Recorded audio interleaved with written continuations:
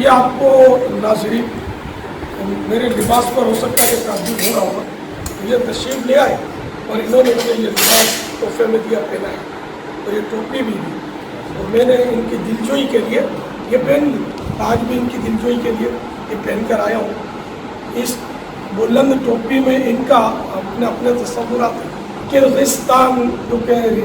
Russia کی ایک آزاد ریاست ہے، ماشاءاللہ اسلامی ریاست ہے، وہاں یہ اسلام کی بلندی سے اس کو تعبیر کرتے ہیں، اور اس میں جو دو بیچ میں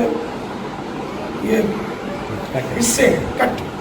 یہ کٹ سے یہ ان کا یہ تصور ہے کہ اس حق و باطل جدا جدا ہے، یہ کبھی مل نہیں سکتے۔ سفید رنگ جو ہے